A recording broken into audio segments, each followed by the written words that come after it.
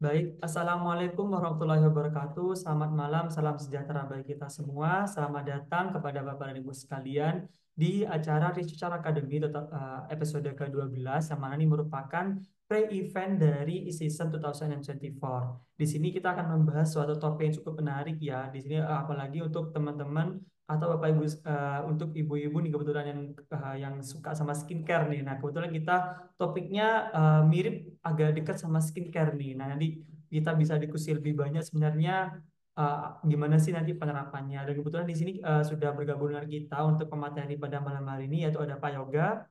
Selamat malam Pak Yoga. Ya, selamat malam Mas Daniel. Ya, bagaimana Selamat. kabarnya Bapak? Ya, Alhamdulillah sehat. Terima kasih atas undangannya. Alhamdulillah baik. Kalau begitu kita bisa langsung masuk ke acara inti. Kepada tim mohon dibantu untuk share CV-nya Pak Yoga ya. Dipersilakan. Baik, masih proses ya.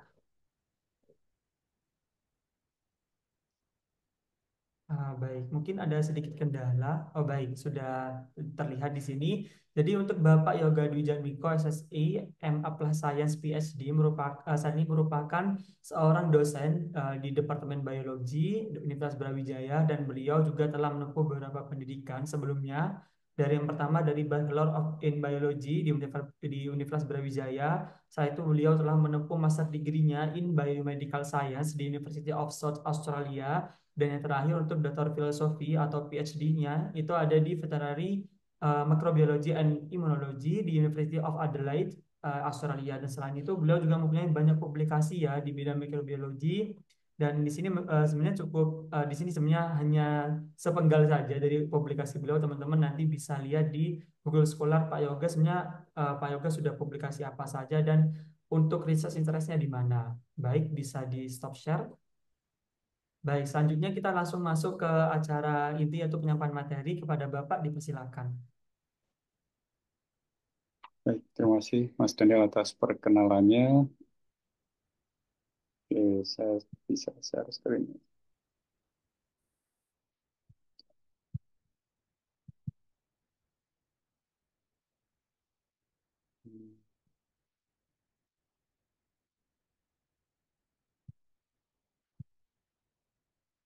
Ya, sudah terlihat ya Bapak Ibu. Sudah, Bapak. Ya, tadi sudah diperkenalkan, jadi kegiatan ini sebagai salah satu rangkaian pre-event International Conference, ya, Simposium Indonesian Society for Microbiology, yang insya Allah akan diadakan bulan depan. Jadi mohon bantuan dari para audien juga untuk share informasi terkait conference tersebut dan kalau bisa juga mengikutinya. Nanti bisa di share di kolom chat ya Mas Daniel untuk flyernya dan informasi yang terkait. Nah, eh, adapun materi yang saya bawakan pada malam hari ini, jadi pada malam-malam seperti ini, pulang dari kerja mungkin sambil menggali atau mendapatkan wawasan baru, eh, spesifiknya lebih ke aplikasi probiotik ya pada perawatan kulit atau skincare yang memang eh, 5 tahun terakhir ini banyak sekali muncul produk-produk perawatan kulit yang di dalamnya mengandung atau ingredientnya adalah dikatakan kata kuncinya probiotik. Nah, eh, s- kami ingin memberikan wawasan tambahan sebenarnya seperti apa probiotik yang bisa diaplikasikan atau dicampurkan dalam ingredient dalam produk-produk skincare karena kita tahu pasti banyak sekali senyawa-senyawa sintetis atau kimia atau bahkan senyawa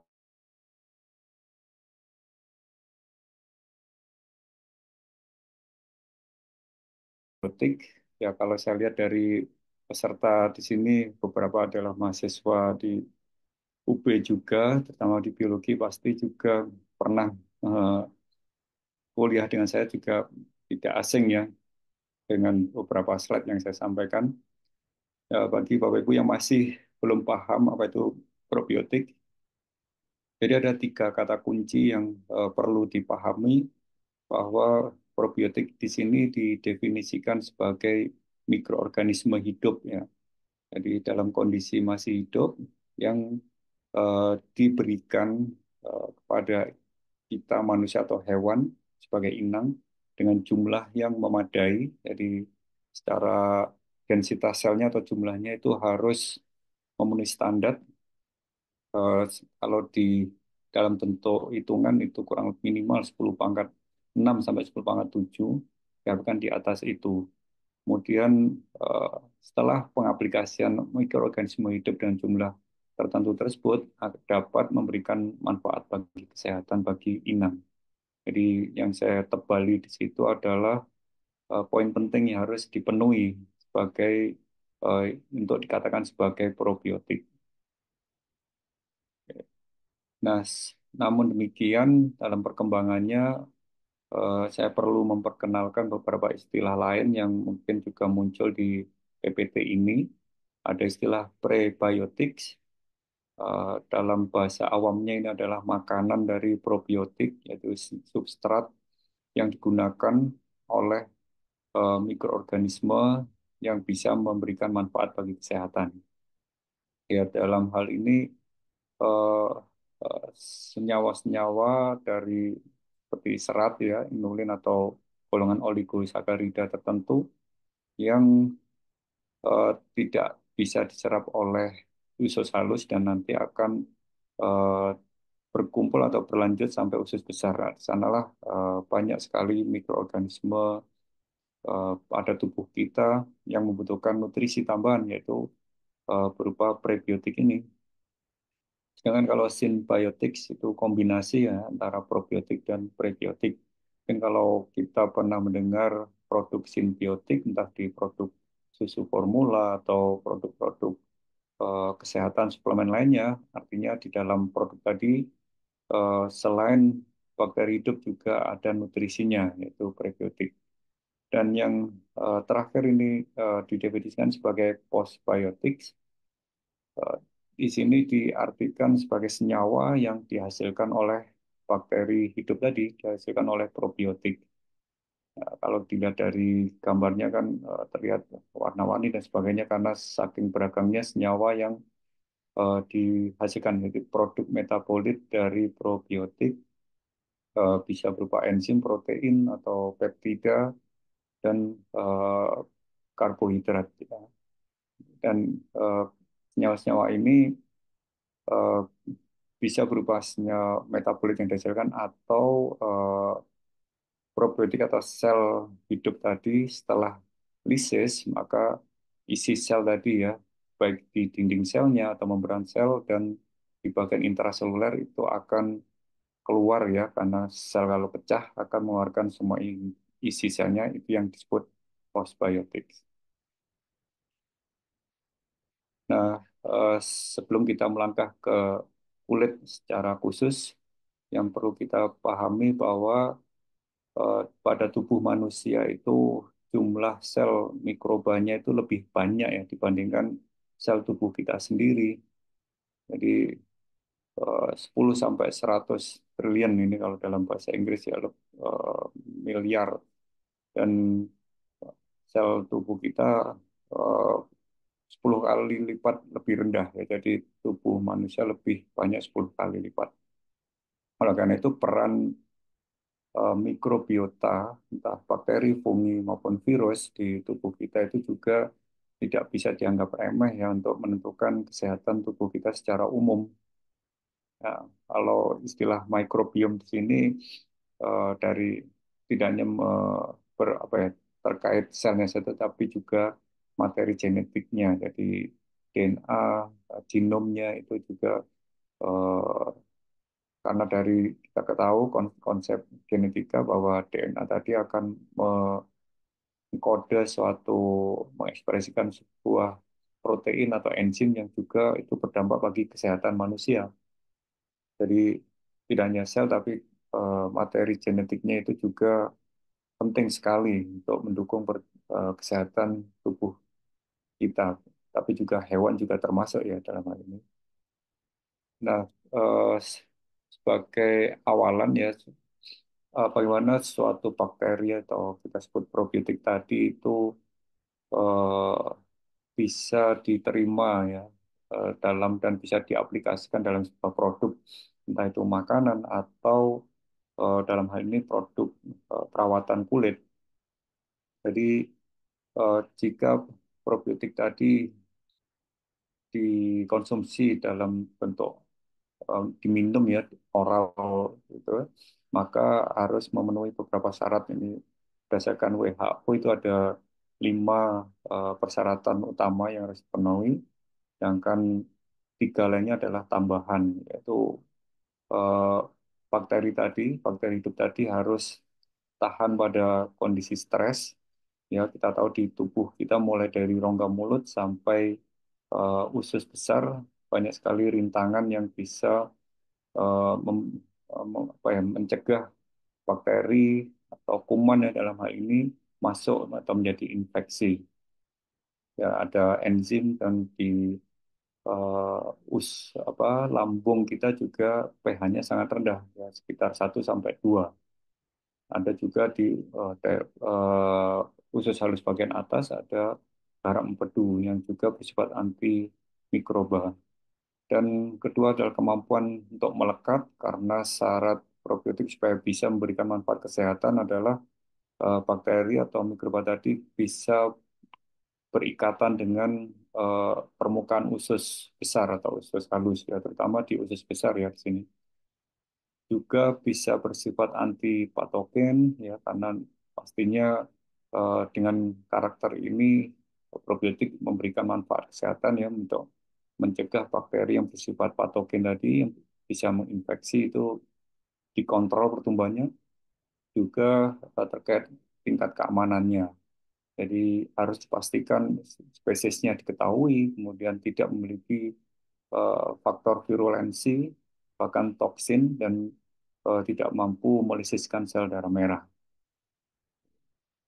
Dan yang terakhir adalah pastinya uji klinis. Ini yang membutuhkan waktu dan biaya cukup besar, baik fase 1 maupun fase 2 terkait safety dan efikasinya, jadi terkait keamanan dan kemampuan dia atau istilahnya khasiatnya lah, apakah terbukti atau tidak. Nah, eh, pada usus ya gut microbiota, jadi mikrobiota pada saluran pencernaan terutama di usus besar tersebut itu memiliki dampak ya, artinya eh, juga mempengaruhi organ-organ penting di tubuh manusia. Ya, dari atas itu kesehatan komposisi mikrobiota di usus besar itu juga akan mempengaruhi kesehatan otak kita. Eh, Tadi beberapa penyakit seperti Parkinson, Alzheimer, atau penyakit neurodegeneratif, autism itu ada kaitannya dengan kesehatan atau komposisi gut microbiota. Kemudian ke bawah itu ada paru-paru, ada chronic obstructive dan pulmonary disease. Kemudian di tengah ada jantung, ya, cardiovascular disease, chronic heart failure. Kemudian yang terakhir adalah di kulit, yaitu meliputi penyakit atopic dermatitis, psoriasis, kemudian rosacea, acne vulgaris atau jerawat. Nah, jadi 1, 2, 3, 4 ini organ penting yang juga dikontrol ya oleh eh, gut microbiota di pencernaan kita. Jadi bisa dikatakan gut microbiota tadi adalah organ tersendiri karena memang dia memiliki manfaat dan mempengaruhi kesehatan organ-organ lain ya. Karena saking banyaknya sel mikroba yang ada di pencernaan terutama sel usus besar ya, terutama di usus besar. Nah, secara umum eh, jika tubuh kita ya memiliki cukup probiotik ya, maka manfaatnya itu sangat banyak di sini. Maksudnya ada beberapa yang bisa ditunjukkan untuk mendukung kesehatan pencernaan ya. Jadi kebalikannya kalau di saluran pencernaan kita probiotiknya itu atau bakteri yang menguntungkan di sana itu sedikit, maka ya akan terjadi indigestion, jadi sulit mencerna. Ya, ada permasalahan dengan pencernaan. Terkait diare juga, ya, kemudian body fat ya, kadar lemak dalam tubuh itu juga ada kaitannya dengan eh, peran probiotik, regulasi kolesterol ya, lipid di dalam sirkulasi darah, tentu saja infeksi, alergi, dan yang terakhir ya untuk kesehatan kulit. Jadi sangat banyak sekali ya manfaat pentingnya kita menjaga keseimbangan kesehatan gut microbiota, terutama dengan memastikan probiotiknya itu mencukupi. Nah, kita lanjut ke mikrobiom atau mikrobiota pada kulit. Kita tahu bahwa kulit kita secara struktur ya itu akan ada epidermis bagian paling atas. Dan epidermis sendiri berlapis-lapis pastinya. Jadi ini ada istilahnya masing-masing. Nah, di bagian atasnya epidermis itu adalah tempatnya mikrobiota skin tadi. Istilahnya mikrobiota alami yang memang ada di permukaan kulit, ya. Dan di situ juga melalui teknik analisis metagenomik ya, menggunakan pendekatan next generation sequencing, kita bisa dengan teknik swab ya, dengan digoreskan aja permukaan kulit, kemudian diekstraksi DNA total dari seluruh mikrobiota yang ada di kulit tersebut, baik berbasis amplikon, artinya kita mempelajari diversitasnya, atau whole genome metagenomics ya. Jadi selain kita tahu spesies juga eh, total genom tadi bisa dipetakan. Nah, dari penelitian-penelitian yang ada, kita tahu bahwa kulit sendiri dibagi menjadi empat, yaitu bagian yang berminyak, yang lembab, kering, dan area di kaki. Nah, setiap area ini memiliki komposisi mikrobiom atau mikrobita yang berbeda-beda. Yang jelas dari jenis mikroba yang ada itu dari bakteri, ya, virus juga ada, eukarya ini termasuk jamur dan yeast. Namun dominannya adalah bakteri. Di sini kita lihat. Dan fungi, eh, ada Melasthesia, kemudian bakteri. Bakteri sini dominannya Propionibacterium. Kemudian diikuti Staphylococcus spesies. Nah, dari setiap eh, individu itu juga bervariasi ya. Eh, Mengenai Propionibacterium acnes itu akan berbeda dari apa ya, maksudnya ini adalah terkait human papilloma virus. Jadi eh, ini untuk virus ya yang warna-warna ini, untuk bagaimana komposisi virus di sana. Jadi, kalau ini untuk acne dan epidermidis atau Staphylococcus dan Propionibacterium. Itu sangat bervariasi antar individu juga.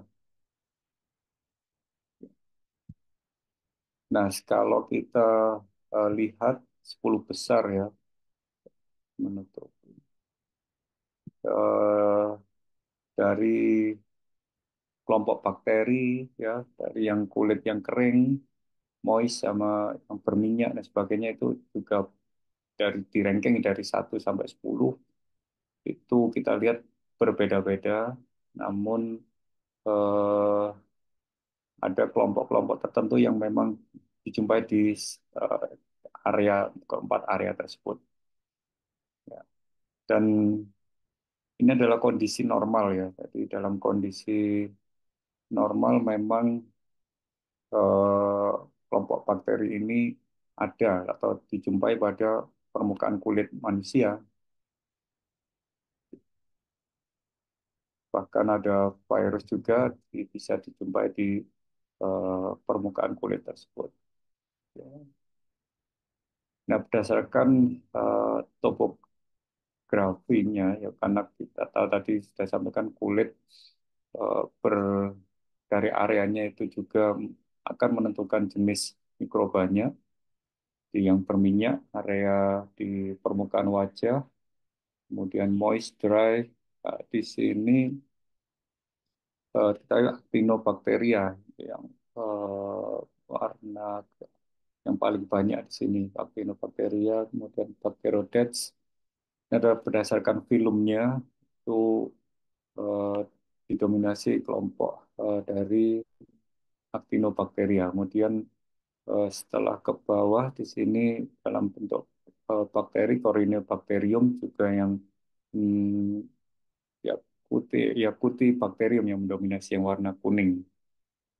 Ya, terutama yang berminyak ya, yang itu juga paling banyak. Jadi intinya bahwa pada setiap area ini memang diversitasnya atau keanekaragaman mikrobanya itu bervariasi dan yang dominan yang sering dijumpai juga berbeda tergantung eh, area atau jenis kulit tersebut. Nah, kalau kita bandingkan di sini eh,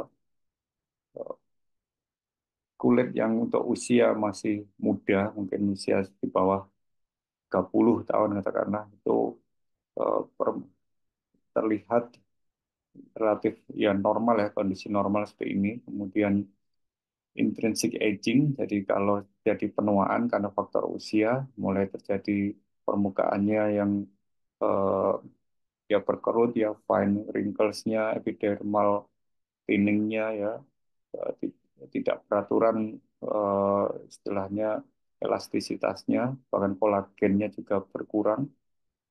Nah, photo aging ini karena eh, pengaruh sinar UV, jadi penuaan yang pengaruh oleh eksternal itu juga lebih parah lagi. Nah, di sini bisa digambarkan jenis mikrobanya juga akan berubah, kemudian eh, ini akan berpengaruh pada kesehatan kulit itu sendiri, ya, sangat mempengaruhi. Nah, pentingnya eh, menjaga homeostasis, jadi keseimbangan mikrobiota itu juga berlaku pada kulit juga, tidak hanya pada kesehatan di pencernaan di usus, namun balance microbiome itu meliputi diversitasnya atau keanekaragamannya, abundance-nya atau kelimpahannya, dan cara fungsinya itu juga harus seimbang. Jadi eh, jika balance atau skin homeostasisnya itu tercapai, itu maka kondisinya akan kondisi sehat ya. Seperti kita lihat di gambar bahwa ini homeostatic immunity, bahwa dalam perannya mikrobiota itu bahkan bisa tidak hanya di permukaan luar, tapi juga sampai ke bagian perakaran di rambut di permukaan kulit tersebut, sehingga interaksi dengan bagian di dalam dermis itu juga sangat besar kemungkinan terjadi. Jangan kalau dalam kondisi unbalance microbiome, maka penyakit pada kulit itu bisa terjadi ya, inflamasi ya, eh, sehingga respon imun itu yang akan memicu terjadinya inflamasi pada permukaan atau di kulit kita. Nah, dari proses yang ada tersebut, ini ada sebagai gambaran banyak sekali. eh, jadi dalam mikrobiota juga di permukaan atau epidermis kulit itu akan berinteraksi satu sama lain di sini ya. Misalnya di sini ada Propionibacterium acne yang bercentus apa yang memperparah jerawat, munculnya jerawat. Nah, di sini akan saling dihambat ya di sini. Jadi ini Staphylococcus aureus juga sebagai normal flora di kulit, dia akan berkumpul satu sama lain sehingga terbentuklah biofilm. Nah, di sini juga akan dihambat ya proses pembentukan proteasenya, sharing protease. Sedangkan ini adalah antibiotik, ini menghambat juga untuk pertumbuhan atau mengontrol pertumbuhan Staphylococcus aureus ya yang dihasilkan oleh jenis Staphylococcus yang lain ya ada Ludinensis, ada hominis. Nah, antibiotik di sini adalah senyawa yang bisa menghambat atau bersifat antimikroba. Nah, antibiotik ini juga akan bisa apa ya memicu tadi proses pertahanan atau barrier dari kulit tadi semakin baik. Jadi pertumbuhan Staphylococcus aureus yang harusnya terkontrol itu menjadi lebih stabil jumlahnya, termasuk Propionibacterium acne juga itu akan terkontrol. Oke. Nah, beberapa eh, faktor eksternal ya yang bisa merusak atau mempengaruhi kesehatan kulit. Kita tahu misalnya senyawa kimia, ya kemudian ya mikrob itu sendiri yang eh, bisa apa ya memicu terjadinya inflamasi, terutama faktor usia, kemudian genetis ya dari dalam keseimbangan hormonal, terutama pada masa puber, radiasi sinar UV, stres, dan obat-obat tertentu.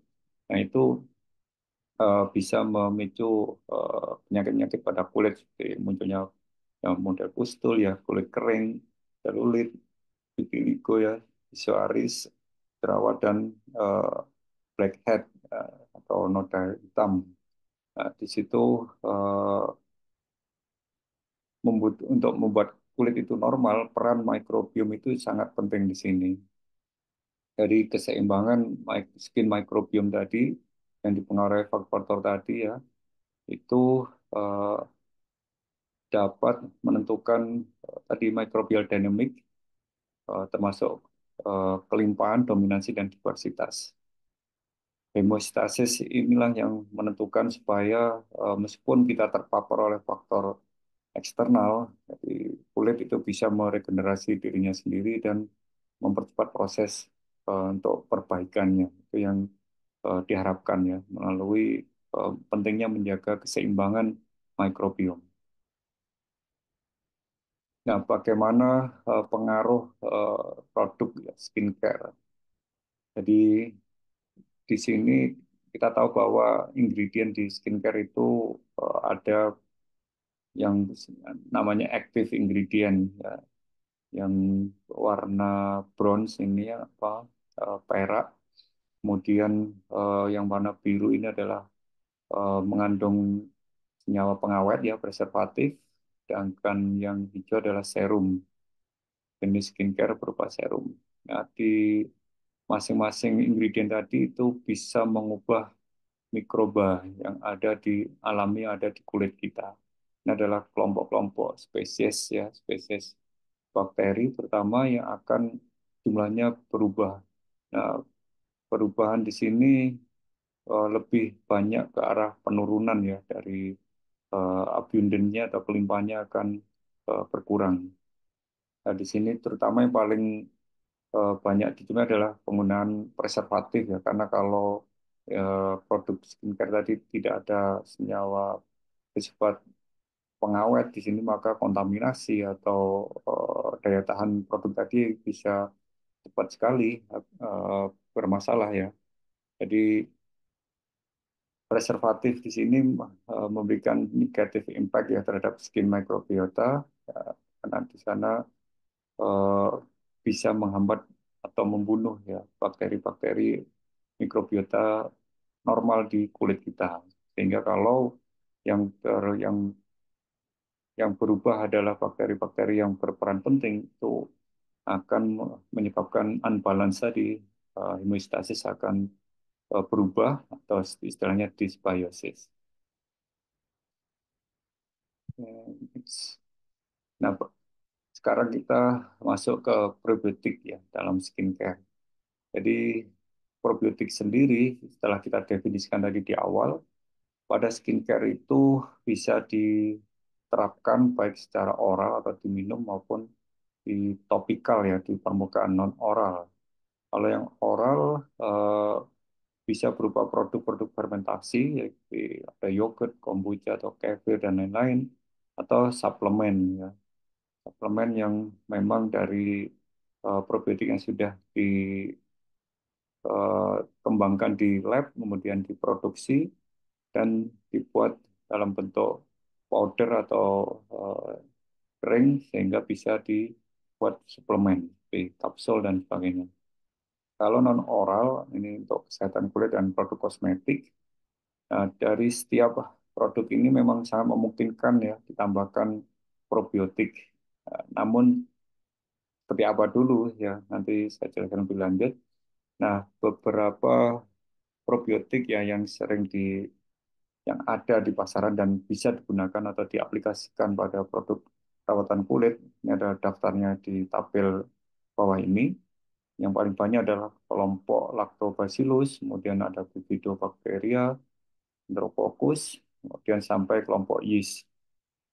Ya, kalau mungkin beberapa Bapak Ibu atau audien yang pernah mengetahui jenis-jenis probiotik ini kan probiotik di usus kok bisa juga diaplikasikan di kulit ya karena yang diambil manfaat bagi kesehatan kulit adalah metabolitnya ya.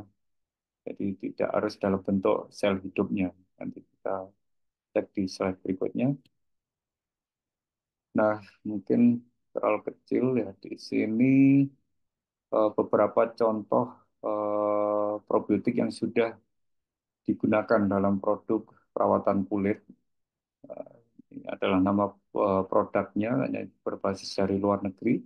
Mungkin kalau kita atau pernah atau sekarang memiliki coba dicek di skincare-nya apakah ada dalam labelnya itu kata-kata probiotik ya harus kemudian dilihat saja komposisinya ya probiotiknya apakah berani memunculkan nama spesiesnya atau tidak ya kalau dalam produk tadi kandungannya dituliskan misalnya Bacillus coagulans ya artinya yang digunakan di produk ini adalah sel hidupnya. Ya, jadi artinya ingredient yang ada di produk tadi pasti tidak ada yang bersifat menghambat pertumbuhan Bacillus coagulans. Entah tadi preservatif atau berbasis alkohol dan sebagainya, itu eh, tidak terkandung di produk tersebut. Mungkin jenis produk seperti itu cocok bagi yang kulit sensitif ya, sensitif terhadap alkohol atau sensitif terhadap atau yang mudah ya apa alergian seperti itu. Sedangkan jika di kandungannya itu tertulis fermen lesat atau fermen, ya, nah itu artinya eh, probiotik yang digunakan bukan sel hidup, ya, tapi postbiotik tadi. Jadi adalah hasil metabolit atau produk metabolit dari misalnya Lactococcus ferment-lysae berarti hasil fermentasi dari bakteri Lactococcus. Lactococcus ditumbuhkan dalam media, media cair, kemudian eh, media tadi dipisahkan antara sel dengan eh, cairannya atau medianya, dan itu yang disebut lysat. Jadi di dalam lysat ini akan mengandung eh, ya apa molekul-molekul kecil yang memiliki manfaat bagi atau masih bisa memberikan manfaat kesehatan, terutama bagi kulit.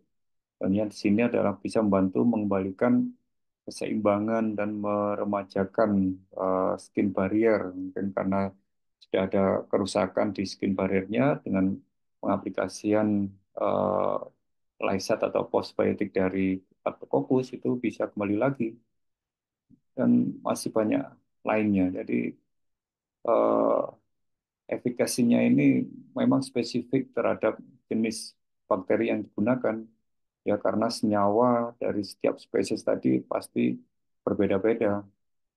Nah, itu yang bisa kita memang perlu pengujian dulu kan apa manfaat yang atau efikasi yang bisa dimunculkan misalnya menggunakan lactobacillus, satunya menggunakan Streptococcus, sebagainya atau kombinasi itu sangat memungkinkan ini kalau produk ini dia kombinasi Bifido, ada Lactobacillus dan Streptococcus. Hasil fermentasinya kemudian diambil produk metaboliknya. Dan ini juga ada Bacillus bacterial ferment extract ya.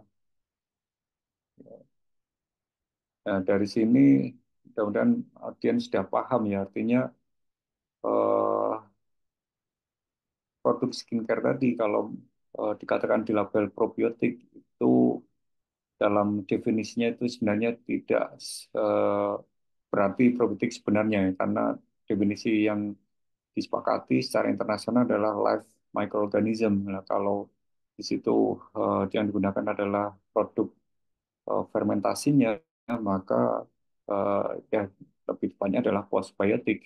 Mungkin hanya sekedar untuk marketing saja sehingga supaya menarik minat dari konsumen.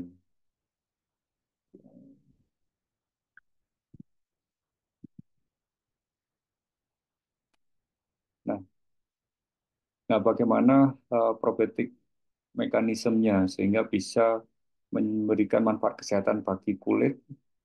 Jadi kalau live microorganism tadi dikonsumsi secara oral, ya itu tetap kita bisa merasakan manfaat kesehatannya bagi kulit kita.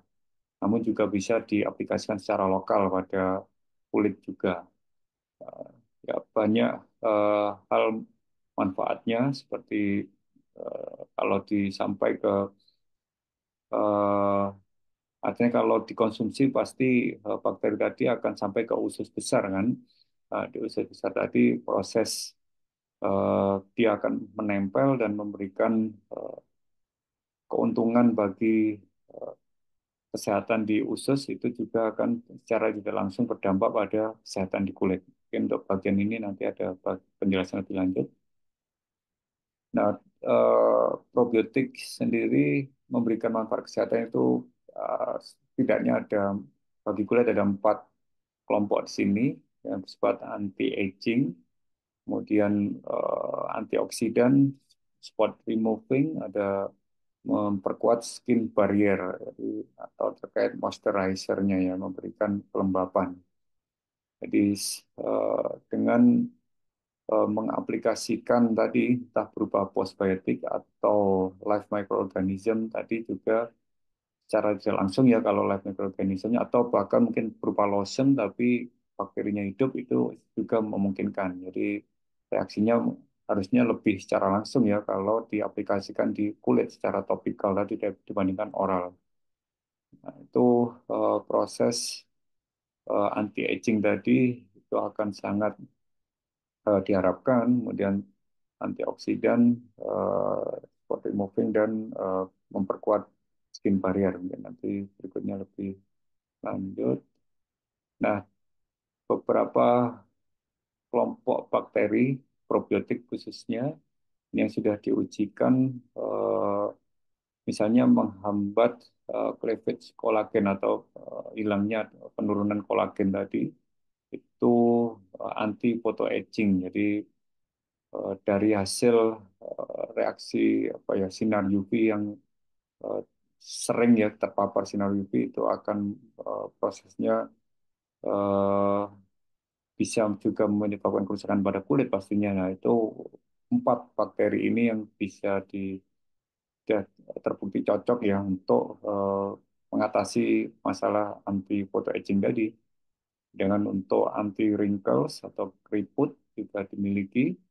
Ya, jadi aktivitasnya adalah ini antioksidan, kemudian menghambat sintesis MMP, saya lupa kepanjangannya, dan mengurangi atau menurunkan degradasi kolagen. Ya, karena kita tahu keriput itu berarti kolagennya yang berkurang.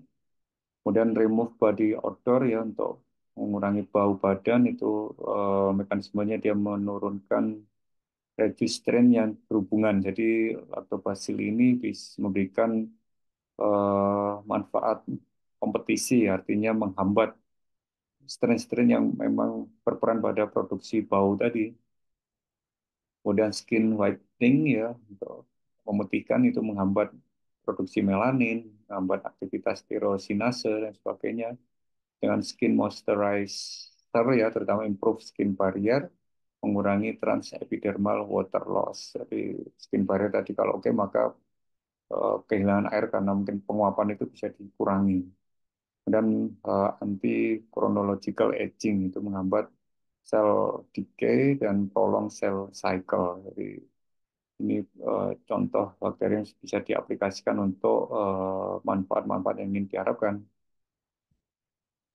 Nah, eh, beberapa juga misalnya untuk perawatan jerawat, ya. Jadi ada kelompok Streptococcus thermophilus, Streptococcus baecalis, Streptococcus salivarius. Ya, jadi setiap kasus-kasus skin disease, termasuk aging juga, itu bisa dicegah atau dikurangi ya eh, eh, kerusakannya penyakit tersebut dengan pengaplikasian anti probiotik ini. Nah, baik secara hidup ya live atau tadi produk metabolitnya. Nah, misalnya di sini ada kasus jerawat, kita tahu bahwa jerawat itu lebih karena pengaruh terutama pada masa puber ya, banyaknya eh, minyak ya, sebaseous gland cell tadi yang dihasilkan sehingga akan istilahnya dia akan bengkak gitu ya sebagai jerawat itu sendiri. Nah, itu ada hubungannya sama Propionibacterium acne ini. Ini yang memicu inflamasi. Sehingga dengan adanya probiotik atau di sini bisa postbiotiknya itu akan memberikan efek antibakteri, bisa menghambat mengontrol lah pertumbuhan Propionibacterium acnes. Ya, kemudian probiotik juga di sini ya sama ya, micro inhibition microbial growth, sehingga inflammatory factor tadi bisa diturunkan. Ya, jadi antimicrobial peptide ini yang diharapkan bisa berperan.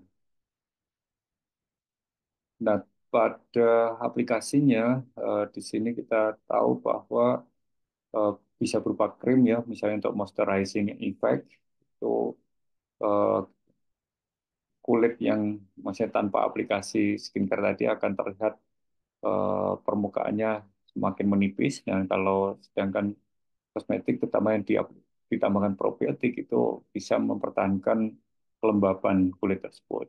Ada juga anti aging di sini, artinya eh, kalau kulit sehat itu lihat rata seperti ini, kalau sudah eh, menua itu muncul kerutan-kerutan itu atau istilahnya kayak eh, celah ya, kalau kita lihat lebih dekat, nah itu akan di selnya akan diregenerasi sehingga celah tadi akan semakin eh, tidak terlalu sempit, jadi semakin terbaiki lah.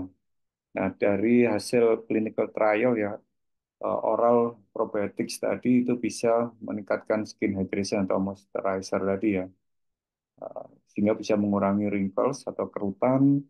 Dan pada uji pada tikus yang tanpa bulu ya, hairless, itu oral skin water content itu bisa menurunkan kerutan juga. Dan dengan aplikasi secara diminum ya oral, itu jika terpapar oleh sinar UV tadi, maka ya bisa meningkatkan skin water content juga dan menurunkan kerutan. Jadi ini pun bisa plantarum lysat, jadi atau Lactococcus yang dibunuh ya, dipanaskan, artinya selnya mati, kemudian diminum secara oral. Itu kita tahu kalau oral berarti kan harus ke usus ya, itu pun dari uji in vivo itu bisa memperbaiki eh, kandungan atau memperbaiki kulit yang kering jadi lebih moisturized gitu ya. Sehingga kerutan akan berkurang. Nah, eh, untuk kasus oral injection tadi, probiotik yang diminum, tadi di slide ketiga kalau nggak salah kan ada gut skin access ya. Jadi ada komunikasi antara mikrobiota di pencernaan dengan kulit kita. Karena kulit kita tahu sebagai organ paling besar ya. Nah, di sini jika di gut microbiota itu terjadi dysbiosis atau ketidakseimbangan, maka akan memicu skin disease tadi, seperti ya acne, atopic dermatitis, ada aging juga dan sebagainya. Nah, itu diharapkan dengan oral injection tadi akan memperbaiki sistem imun, ya, hemostasis dan mikrobiota itu diseimbangkan, penyerapan nutrisi itu membaik, kemudian intestinal mucosal barriernya itu dalam kondisi terjaga. Nah, dari situ secara tidak langsung akan memberikan kesehatan pada kulit juga, healthy skin phenotype juga akan dimunculkan. Jadi dampaknya ke sana. Nah, sedangkan kalau Lysat ya ini bisa juga diminum atau di dalam bentuk topikal. Jadi probiotik Lysat itu didefinisikan not live bacteria ya. Jadi ini yang biasa kita gunakan pada oral probiotik suplemen, tapi diekstrak dengan cara di probiotik selnya dilisiskan ya. Karena Lysat itu dari kata lysis. Nah, postbiotik di sini dikelompokkan menjadi beberapa kelompok, yaitu kelompok berupa protein, asam organik, lipid, karbohidrat, vitamin, dan molekul kompleks. Ya, sebenarnya bakteri menghasilkan metabolit ini tuh peran fungsinya untuk sel to cell communication, jadi komunikasi antar bakteri. Namun bagi kita manusia itu juga memberikan manfaat kesehatan. Jadi eh, dengan penggunaan postbiotik lesat ini sangat diuntungkan. Yang pertama, kita tidak perlu menjaga eh, produk tadi dalam kondisi dingin karena kalau dengan menggunakan mikroorganisme hidup itu harus dijaga kondisinya dingin dan eh, ingredientnya juga harus dikontrol, tidak boleh yang bersifat bisa menghambat pertumbuhannya. Namun kalau probiotik lysat yang digunakan eh, atau manfaatnya juga ada, jadi eh, bisa dikatakan sama, ya manfaatnya sama dengan probiotik. Itu eh, masalah storage tidak masalah, dan masalah jangka waktunya, kemudian kombinasi dengan ingredient lainnya itu juga tidak masalah. Itu yang menjadi kelebihan jika menggunakan probiotik lysat atau postbiotik. Nah, bagian dari postbiotik itu ada namanya short chain fatty acid. Kalau short chain fatty acid itu kelompok organic acid ya, organic acid atau lipid juga termasuk lipid karena contohnya di sini ada butirat, propionat dan asetat. Nah, secara mekanismenya eh, SCFA atau short chain fatty acid ini akan memodulasi sistem imun. Jadi faktor inflamasi itu bisa ditekan. Kemudian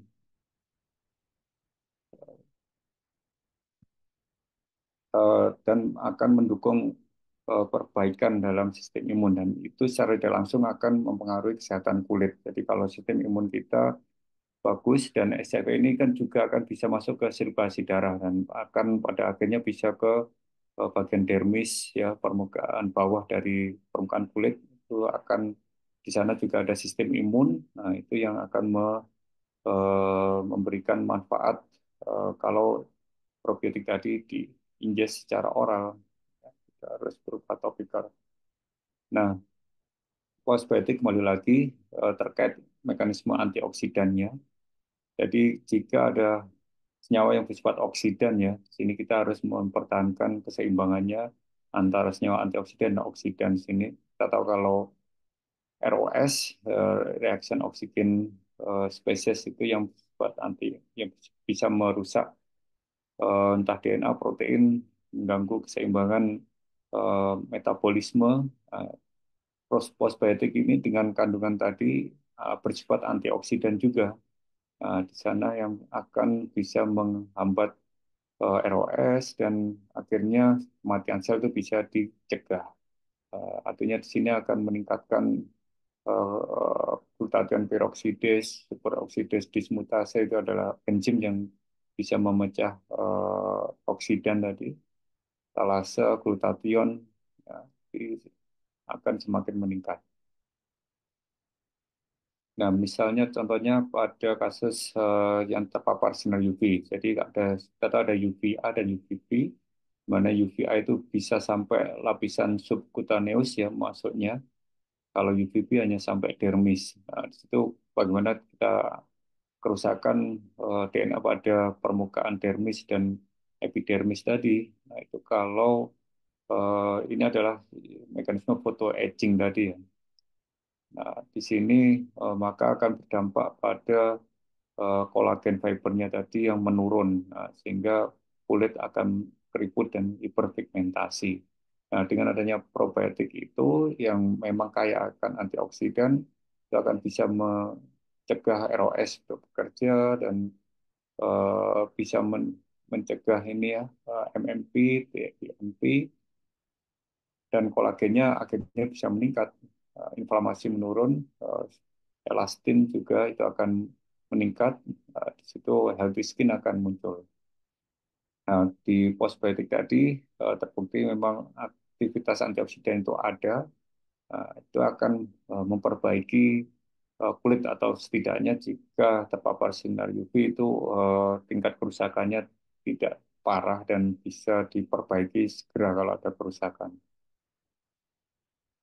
Nah, ini juga sebagai contoh, ini adalah kulit yang menua, ya, ada ROS-nya meningkat, MMP1-nya meningkat, kolagennya terbreakdown, itu karena paparan UV atau adanya H2O2 atau katalase, itu akan mengganggu sekali atau mempengaruhi kesehatan kulit.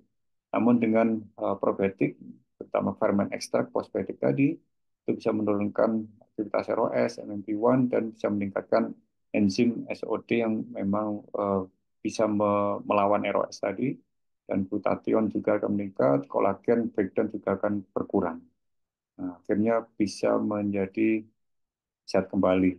Dari hasil pengujian penelitian itu menyebutkan jika kerusakan tidak parah itu dalam hitungan 4 hari ya pengaplikasian probiotik ferment ekstrak tadi mungkin 2 kali dalam sehari itu butuh 4 hari bisa kembali ya. Jadi karena mekanisme paling penting di sini adalah antioksidan tadi dihambat itu. Jadi kalau antioksidan itu nggak dicegah itu ya kerusakan akan terus-menerus terjadi. Ya, sebagai kesimpulannya bahwasanya eh, pemahaman skin probiotics tadi dan menjaga keseimbangan atau homeostasis itu sangat penting bagi kesehatan kulit. Kemudian pengaplikasian probiotik baik secara permukaan topikal maupun di oral itu butuh formulasi yang sesuai sehingga kondisi kesehatan kulit tadi juga akan dapat segera dirasakan. Kemudian penggunaan probiotik atau ekstraknya dalam kosmetik, terutama skincare, itu yang diharapkan adalah bersifat anti-aging ya, antioksidan, pemutih, anti-inflammatory effect ya. Dan harapannya apa yang saya sampaikan di sini bisa memicu atau menstimulasi aktivitas riset lebih jauh lagi, terutama penggunaan probiotik sebagai novel ya, pendekatan baru dalam terapi pada masalah kulit. Ya, setelah ini mungkin ada video yang bisa disimak terkait eh, kulit juga saya stop share sebentar aja mungkin 3 menitan atau 2 menit. Kita lihat sama ya, supaya bisa lebih memahami.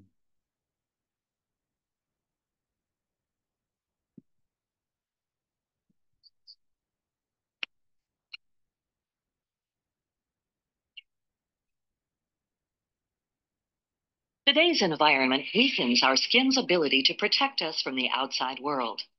Toxic chemicals, free radicals, UV light, and harmful bacteria can cause unwanted skin conditions.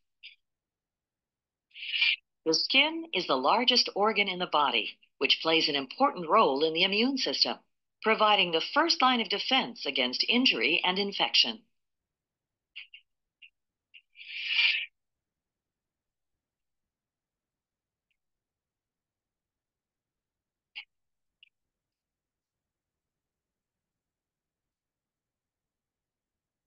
introducing the components of the innate immune system: keratinocytes, Langerhans cells, epithelial cells, T cells, dendritic cells, toll-like receptors, B cells.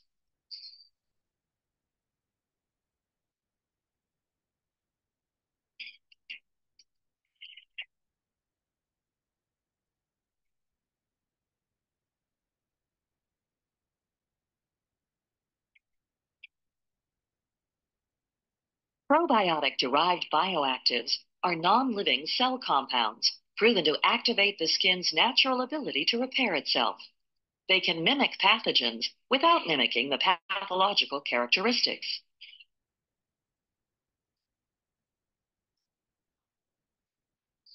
Once the pathogen breaks the skin barrier, it is immediately detected by toll-like receptors on epithelial cells and on dendritic cells.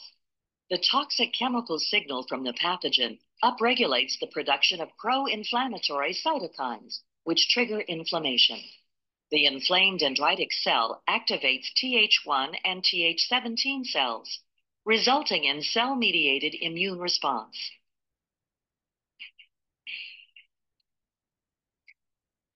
Probiotic-derived bioactives are delivered into the skin and are recognized by the toll-like receptors on dendritic cells. In response to epithelial cell-derived anti-inflammatory cytokines, dendritic cells are conditioned to drive Th2 and B cell responses. Toll-like receptors stimulate the production of beta defensins to elevate important immune and skin regenerative functions. Skin goes in repair mode with no inflammation, resulting in humoral immunity.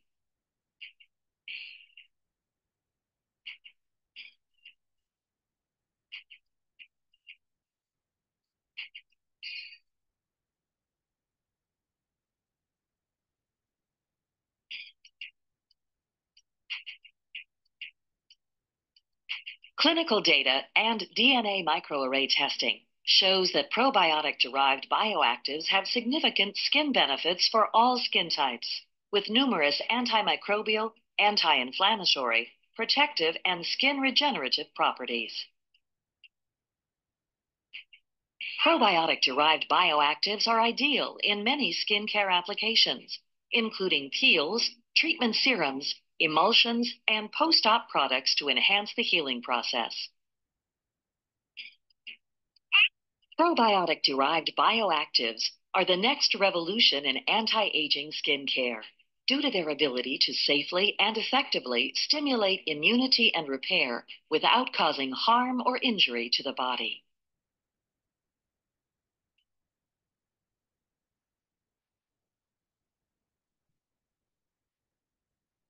Oke, jadi bioaktif tadi yang sekarang saya sebut postbiotik yang bisa memimik tadi ya patogen, namun sebenarnya perannya bisa sebaliknya. Jadi antiinflamasi sehingga proses penyembuhan itu juga akan semakin mudah dan cepat. Oke, saya rasa itu yang bisa saya sampaikan. Kita masuk sesi diskusi saja, Mas Daniel. Jika ada pertanyaan, saya buka. Silakan. Baik, terima kasih Bapak atas penyampaian materi yang cukup komprehensif ya. Selanjutnya kita langsung masuk ke sesi tanya jawab. Di sini kebetulan sudah ada peserta yang raise hand. Kepada Kak Hamnah, dipersilakan. Baik, terima kasih atas kesempatannya. Mohon maaf belum bisa on cam. Saya sangat suka dengan materi malam hari ini. Ingin bertanya, tadi kan dijelaskan bahwa penggunaan preservatif dalam skincare itu akan mempengaruhi skin microbiome.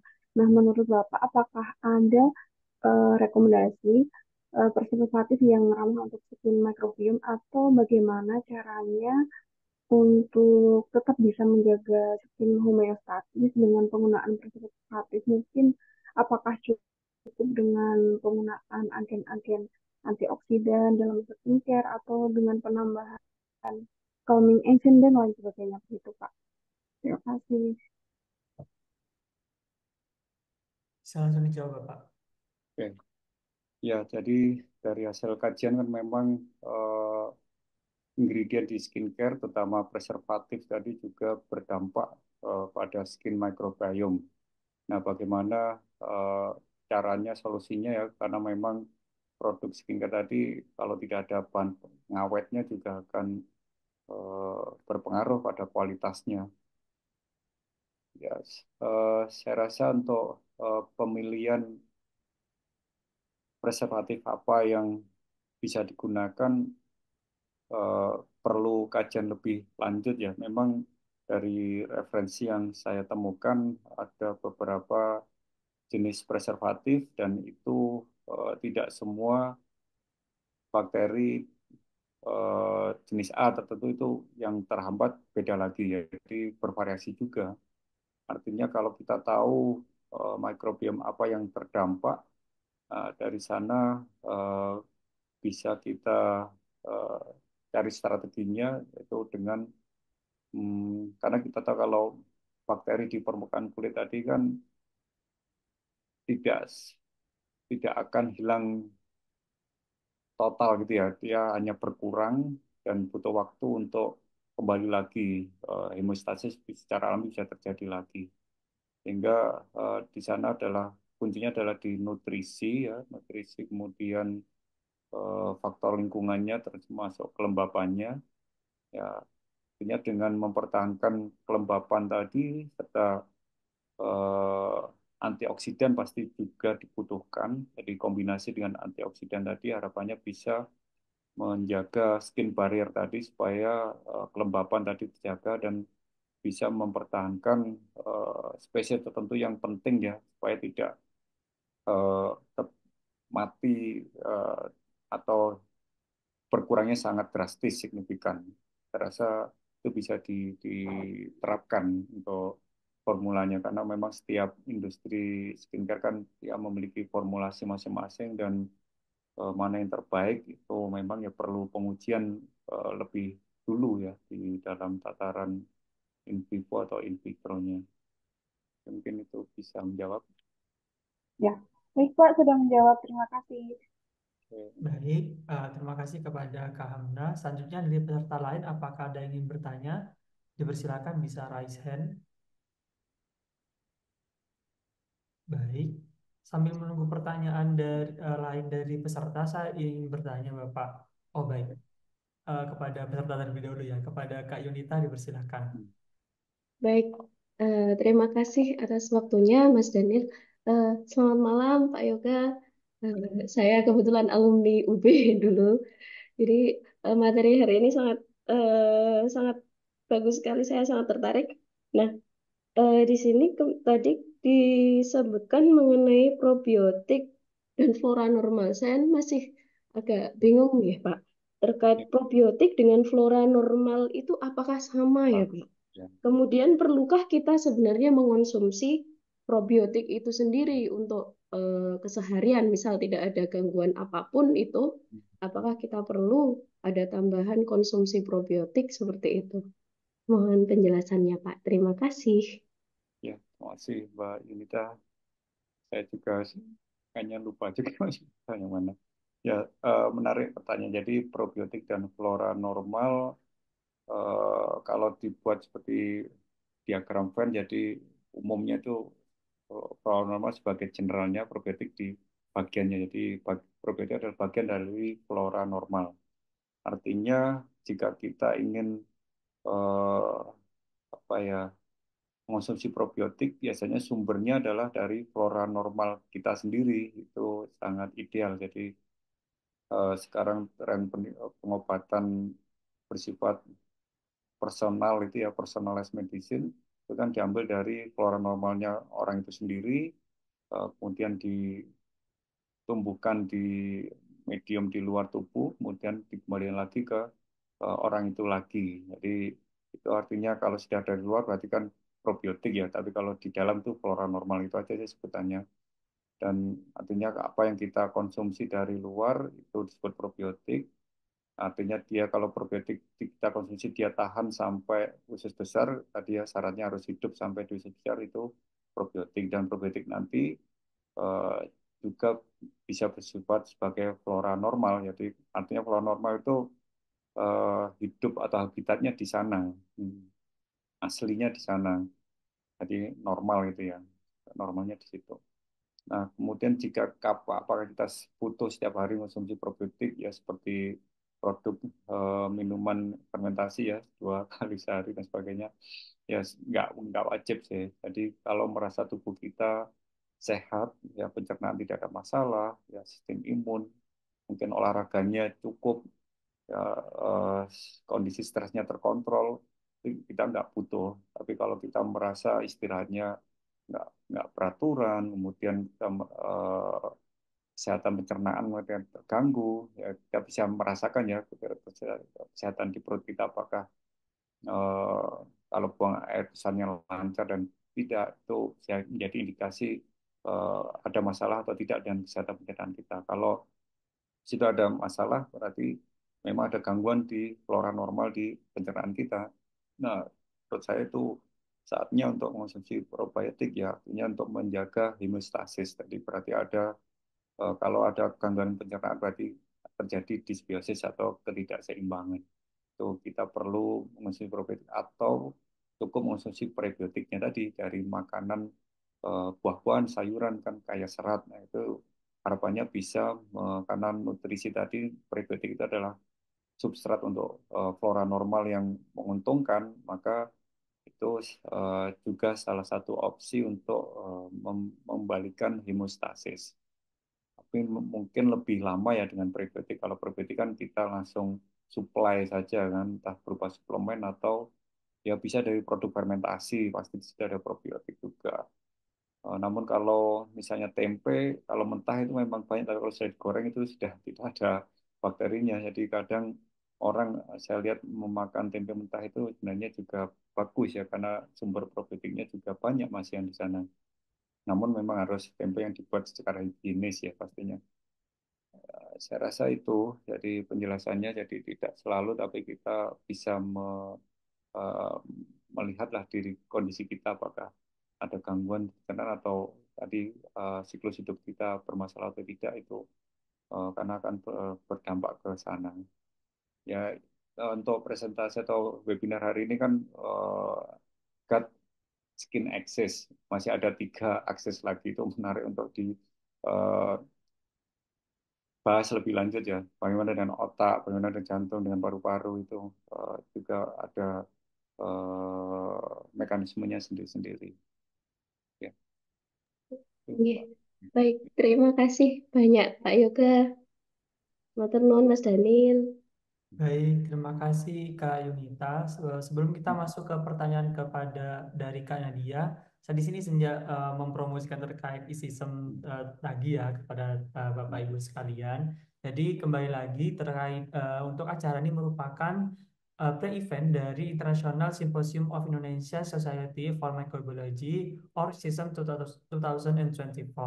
Dan untuk teman-teman untuk ISISM jadi teman-teman bisa langsung akses di websitenya ada di alamat ini isisem-permi.org. Jadi nanti untuk teman-teman yang ingin cari info lebih lanjut nanti bisa langsung ke websitenya dari timelinenya, terus scope-nya seperti apa, speakernya siapa saja. Di sini sudah cukup lengkap informasinya. Terus nanti juga terkait schedule-nya juga sudah ada. Ini masih tentatif sebenarnya. Terus untuk registration-nya sendiri, teman-teman langsung bisa masuk ke klik registration ini.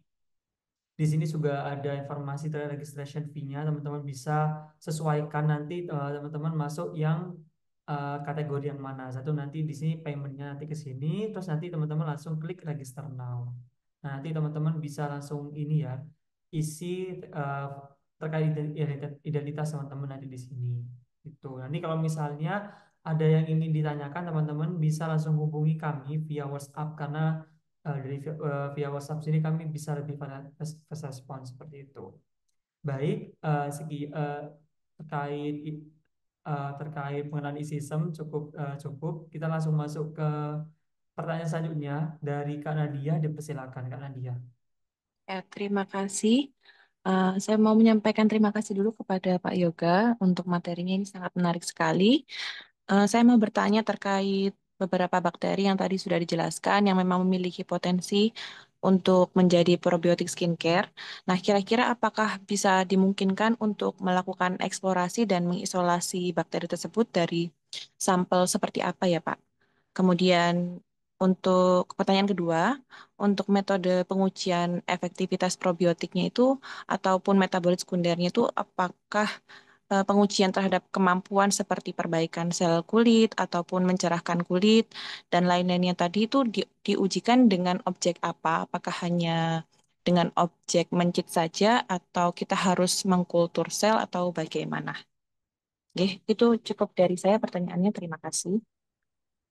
Ya, ya, terima kasih pertanyaan Mbak Nadia. Dari mana sumber bakteri yang bisa kita isolasi? Ya, selama eh, ya targetnya adalah probiotik, terutama kelompok bakteri asam laktat, terutama yang paling banyak Lactobacillus. Nah, kalau kita tahu kelompoknya, pasti kita bisa menduga sumber apa yang paling banyak. Pastinya ada produk-produk fermentasi ya, eh, atau mungkin dari ya buah-buahan atau apapun yang paling mudah memang produk fermentasi entah berbasis susu atau sayuran atau biji-bijian itu akan kaya sekali kelompok bakteri asam laktat. Dan saya rasa kalau untuk aplikasi ke kulit itu kita tidak perlu menguji daya tahan dia di lambung, kemudian garam empedu, karena kan untuk aplikasi topikal dan kita yang diambil adalah molekulnya, lisatnya ya. Yang jelas kalau sudah tahu nama spesiesnya itu sudah cukup menurut saya. Dan dari mana aja bisa sebagai sumber isolasi, terutama produk fermentasi tadi. Nah, untuk pengujiannya memang eh, perlu pengujian secara in vitro itu ya aktivitas antioksidannya itu bisa dipastikan ada atau tidak. Misalnya kita ekstrak dari hasil fermentasinya, kita saring ya dipisahkan dengan selnya, kita ujikan dengan DPPH dan sebagainya untuk melihat antioksidannya seperti apa, aktivitas antibakterinya ada apa tidak, dan dia bisa mengawet bakteri, terutama kita ujikan bakteri yang misalnya Propione acne tadi untuk jerawat atau Staphylococcus aureus itu bisa menghambat nggak ke mereka. Itu untuk tataran vitro dan lebih jauh lagi in vitro ya dengan sel line kulit ya sel untuk eh, kultur sel kulit. Jadi memang perlu kerjasama dengan apa ya berarti di fakultas dokteran terutama ya yang mempelajari spesialis kulit. Nah, itu untuk melihat efeknya ke skin barriernya bagaimana dan respon imunnya. Nah, kalau in vivo yang mencit bisa tadi ya yang memang hairless ya, karena kalau ada bulunya akan sulit untuk melihat efeknya.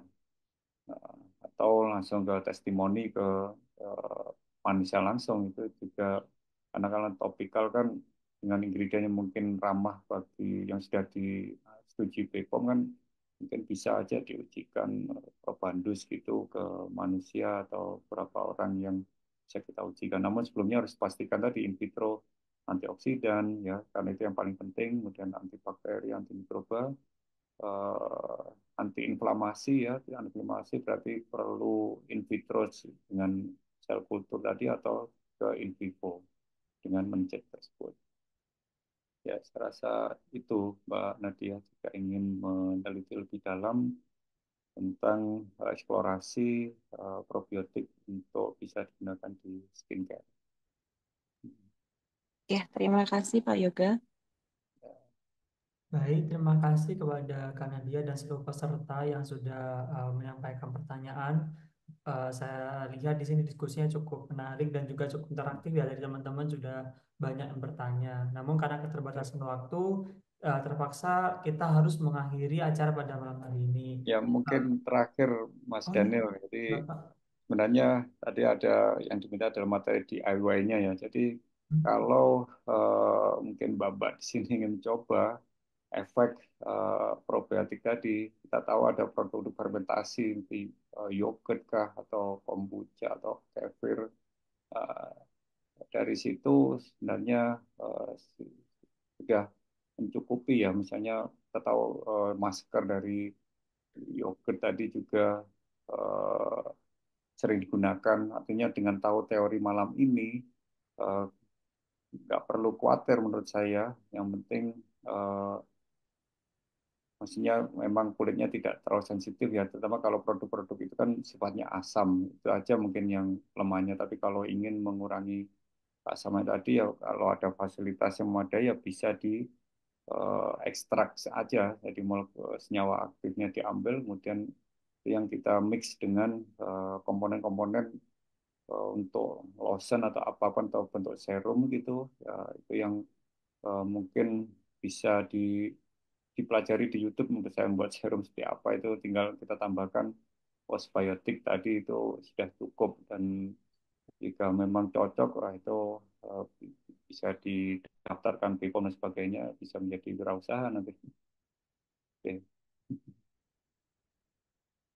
Baik, terima kasih Bapak atas closing statement-nya, bisa dibilang closing statement ya. Selanjutnya Ya. kita langsung masuk ke sesi dokumentasi. Kepada peserta, mohon apabila ada yang available dan possible untuk open kamera, bisa open kamera, kita ambil dokumentasi bersama terlebih dahulu. Kepada tim, apakah ada yang bisa membantu untuk screenshot? Dennis?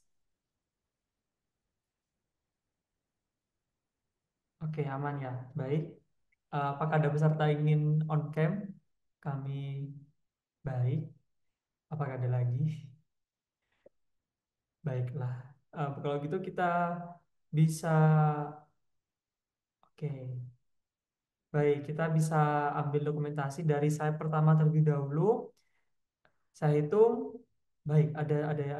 Oke, baik. Ada lagi. Apakah ada lagi?